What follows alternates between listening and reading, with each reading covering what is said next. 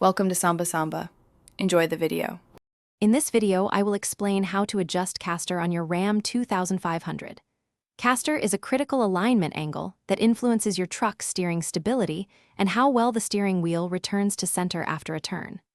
Proper caster helps your truck track straight down the road, reducing driver fatigue. If your caster is off, you might experience wandering or poor steering response, so let's get started.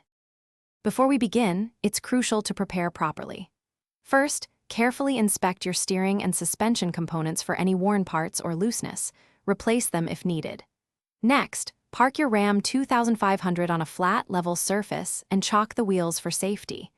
You will need a good set of wrenches, a tape measure, and ideally, an alignment tool to measure your angles accurately. Now, let's get to the adjustment. Begin by loosening the upper radius arm bolts and the radius arm hardware at the axle.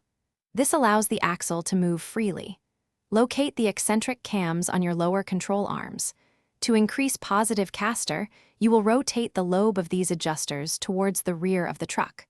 For optimal handling, aim for a caster angle between 3 and 5 degrees. Once your adjustments are made, it's time to secure everything.